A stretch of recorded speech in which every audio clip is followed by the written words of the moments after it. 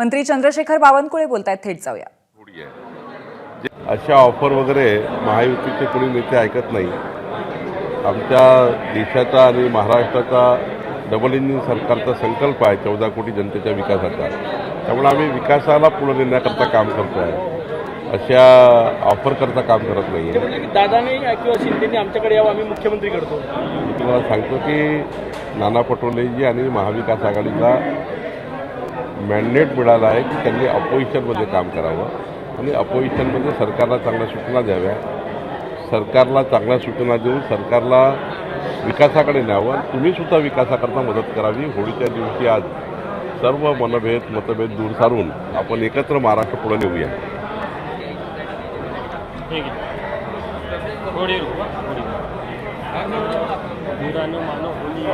प्रत्येक नेत्यांना वेगवेगळ्या तुमच्या स्टाईलमध्ये शुभेच्छा. होळीला गमती जमतीच्या माध्यमातून नेत्यांचं नाव घेतले तुम्ही शुभेच्छा द्यायचे. भाजपचे प्रदेशाध्यक्ष व महसूल मंत्री चंद्रशेखर बावनकुळे हे देखील आपल्या कार्यकर्त्यांसोबत होळी खेळताना दिसत आहे. नैसर्गिक रंगाचा वापर करून इथे होळी खेळली जात आहे आणि ते कार्यकर्त्यांना शुभेच्छा देत आहे. खरं तर त्यांचे कार्यकर्ते हे त्यांचं प्रेम आहे, त्यांचा श्वास आहे, हे ते वारंवार सांगतात की माझे कार्यकर्तेच ही माझी शक्ती आहे. आज कार्यकर्त्यांसोबत होळी खेळताना काय भावना आहे तुमच्या? मी सकाळी 7 वाजतापासूनच कार्यकर्त्यांसोबत होळीचा रंग, गुलाल, नाश्ता, चहा घेतो आहे आणि हा माझा मागच्या लहानपणापासूनच हा स्वभाव राहिलेला आहे की होळीच्या दिवशी मी दिवसभर कार्यकर्त्यांसोबत असतो, थोडा 1-1.5 तास मग परिवारासोबत असतो. पण आजची होळी हे विकासाची होळी आहे, विकास घेऊन पुढे जाणारी होळी आहे. मनभेद दूर करून महाराष्ट्राच्या विकासाच्याच करता आपण पुढे गेलं पाहिजे, याकरता संदेश घेणारी होळी आहे. जे काही निवडणुकीच्या काळामध्ये, कारण निवडणुका झाल्या या मधल्या काळात 2 मोठ्या निवडणुका झाल्या, नंतर होळी आली आहे. तर या 2 मोठ्या निवडणुकीनंतर काही मतभेद, काही मनभेद बूथ लेवलच्या कार्यकर्त्यापासून तर राज्याच्या कार्यकर्त्यापर्यंत झाले आहेत आणि पक्षामध्ये आणि विपक्षामध्ये आहे. तर आम्ही सारे पक्षाचे लोक, सारे धर्माचे लोक, सारे समाजाचे लोक, सर्व धर्माचे लोक आज एकत्रित आलो पाहिजे. महाराष्ट्राची संस्कृती, संपन्नता जतन केली पाहिजे. या महाराष्ट्राने आपल्याला काय दिलं आहे याचा विचार केला पाहिजे आणि महाराष्ट्राला आपण काय देणार आहोत याचा विचार केला पाहिजे. पक्ष विपक्षांनी एकत्र येऊन महाराष्ट्राला पुढे नेलं पाहिजे असं मला वाटतं आणि या होळीमध्ये मनभेद दूर करून पुढचा काळ हा महाराष्ट्राच्या समृद्धीचा काळ असला पाहिजे असं मला वाटतं. मतभेद विसरून तुम्ही काय शुभेच्छा द्याल? बुरानो मानो होली है, अशा प्रकारे आपलं एक मन आहे. तर सुरुवात विरोधकांपासूनच करू. सुरुवात नाना पटोले तुमचे मित्र.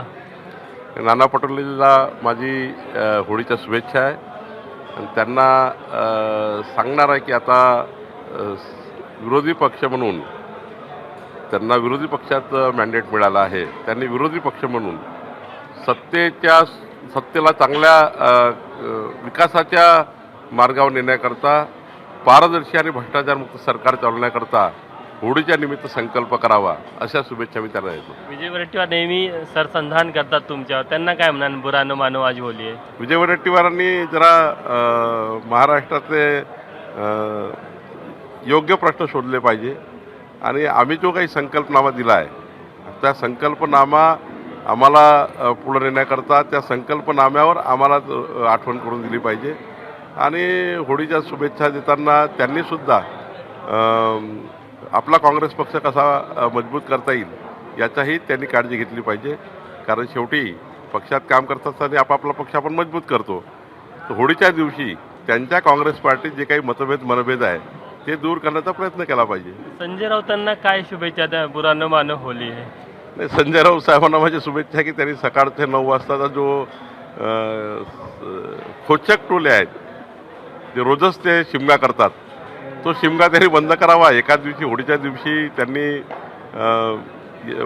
आज होळीच्या दिवशी किमान आज शिमग्याच्या दिवशी तरी त्यांचा शिमगा बंद व्हायला पाहिजे. नेहमी करता वर्षभराकरता शिमगा बंद करून महाराष्ट्राच्या सरकारला, देवेंद्रजींना, आम्हा सर्वांना विकासाकरता सूचना रोज सकाळी द्याव्या, रोज सकाळी बोलावं, पण महाराष्ट्र कसा पुढे जाईल याकरता बोलावं. उद्धव ठाकरे साहेबांना काय सांगाल? बुरा न मानो होली. उद्धव ठाकरे साहेबांना माझी विनंती आहे की त्यांनी रोज सभागृहात यावं. रोज सभागृहात येऊन सरकारला चांगल्या गोष्टी सांगाव्या. कारण उद्धव ठाकरेजी कधी कधी सभागृहात येतात, ते विधान परिषदेचे सदस्य आहेत, ते रोज सभागृहात यावेत आणि सरकारला त्या ठिकाणी त्यांनी जे 2.5 वर्ष मुख्यमंत्री म्हणून जे काम केलं आहे महाराष्ट्रामध्ये, त्यांना महाराष्ट्र समजतो, तर महाराष्ट्र कसा पुढे जाईल याकरता आम्हाला सर्वांना मार्गदर्शन करावं. आता तुमचे 3 प्रमुख नेते सत्तेमधले, मुख्यमंत्री देवेंद्र फडणवीस. मुख्यमंत्री देवेंद्र फडणवीसजींनी त्यांना शुभेच्छा आहेत आणि एवढंच सांगेल, देवेंद्रजींनी विकसित महाराष्ट्राचा संकल्प केला आहे. त्यांचं व्हिजन या महाराष्ट्राला देशातलं क्रमांक 1चे राज्य करणारं आहे आणि मग महाराष्ट्राच्या 14 कोटी जनतेला विकसित करण्याचा देवेंद्रजी प्रयत्न करत आहेत. तर महाराष्ट्राच्या संपूर्ण जनतेने, धर्मांनी, सर्वांनी, आपण सर्व पक्षांनी, आम्ही सर्वांनी देवेंद्रजींना मजबूत करण्याकरता आम्ही सर्वांनी काम करूया, अशी होळीच्या दिवशी मी सर्वांना विनंती करणार आहे आणि त्यांना शुभेच्छाही देणार आहे. बुरा न मानो अजितदादांसाठी काय म्हणणं? अजितदादाला मी सांगणार आहे की पुढच्या वेळीच्या अर्थसंकल्पामध्ये महाराष्ट्रामध्ये समृद्धी आणण्याकरता असा अर्थसंकल्प तयार करावा, अशी या ठिकाणी मजबूती द्यावी महाराष्ट्राला की देवेंद्रजी, अजितदादा, एकनाथ शिंदे तिघे मिळून या महाराष्ट्राला पुढचे 15 वर्ष सत्तेकडे, म्हणजे महायुतीची सत्ता पुढचे 15 वर्ष महाराष्ट्रात राहील, याकरता अजितदादाचा अर्थसंकल्प हा नेहमीच महाराष्ट्राच्या जनतेला उपयोगी पडावा आणि याकरता त्यांना सर्व म्हणून शुभेच्छा देऊ. बरं, तुमचं विशेष लक्ष ज्यांच्यावर आहे ते उपमुख्यमंत्री एकनाथ शिंदे, यांना काय म्हणाल? बुरा न मानो होली आहे. एकनाथ शिंदे एक मर्द मराठा नेता आहे.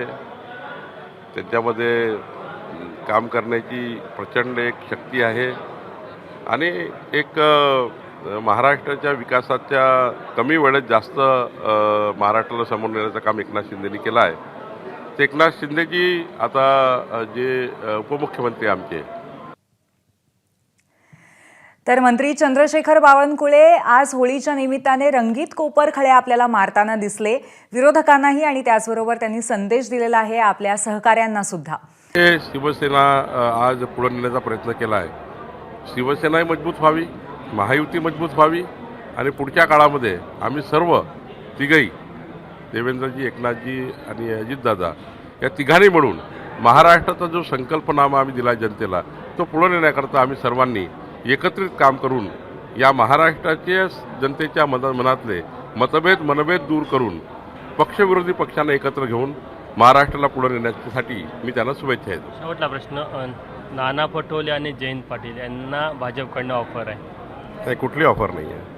आतापर्यंत नाना पटोलेजी किंवा जयंत पाटीलजी कधीही व्यक्तिगत भेटीमध्ये, सार्वजनिक भेटीमध्ये कधीही त्यांनी आपापल्या पक्षामध्ये काही ते हे करतील, म्हणजे ते त्या पक्षामध्ये काही त्यांचं कुजबूज चालू वगैरे कधी ते बोलले नाही.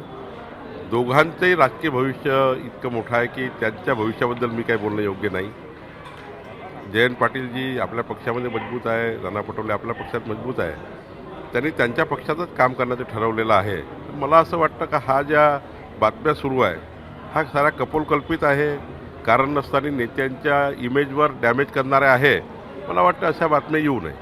राजकीय सिंह पुढील काळामध्ये पाहायला मिळेल का पक्षप्रवेशाच्या माध्यमातून? नाही, पक्षप्रवेश होत राहतात. काही आमच्याकडे लोक येतात, काही त्यांच्याकडे लोक जातात, पण साधारण जास्त झुकावा सत्तेच्या व्यक्तीकडे असतो, सत्तेकडे असतो. कारण प्रत्येकाला असं वाटतं सत्तेमधनं 5 वर्ष आमच्या भागाचा विकास झाला पाहिजे. त्यामुळे मोठ्या प्रमाणावर लोक जे आहे भाजपकडे, एकनाथजीकडे, अजितदादाकडे जात आहे. ते चांगलंही आहे. म्हणजे उद्याच्या आमच्या पक्षीय राजकारणाचा विचार केला तर आम्ही आता 1,51,00,000 सदस्य संख्या असलेली भाजप आम्ही गठीत करतो आहे. 1,45,00,000 आमचे सदस्य झालेही आहे. आता आमचा विचार आहे की 3 लाख हे प्रायमरी ॲक्टिव्ह मेंबरशिप करावी आणि ही ॲक्टिव्ह मेंबरशिप महाराष्ट्राच्या विकासाकरता सरकार आणि जनतेच्या मदत काम करावी. तर प्रत्येकाला वाटतं आपला पक्ष मजबूत झाला पाहिजे. आम्हालाही वाटतं आम्ही आमचा पक्ष मजबूत करू, सर्व आपापला पक्ष मजबूत करण्याचा प्रयत्न करतील. पण जे लोक आमच्याकडे येतील त्यांचं आम्ही स्वागत आहे. काही माजी मंत्री, माजी आमदार वाटेवर आहे, जे आमच्याकडे आलं त्यांचं आम्ही स्वागत करू आणि त्यांना विकासाच्या पर्वामध्ये सोबत घेऊ. मग ते कोणी पण राहा.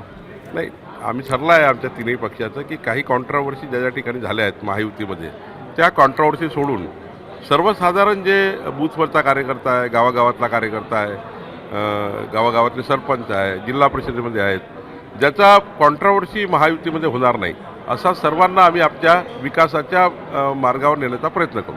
आपण बघू शकतो की भाजपचे प्रदेशाध्यक्ष आणि महसूल मंत्री चंद्रशेखर बावनकुळे आज कार्यकर्त्यांसोबत होळी साजरी करत आहे आणि होळी साजरी करत असताना पुढील काळात पक्षाचं कसं नियोजन आहे ते देखील त्यांनी सांगितलेलं आहे.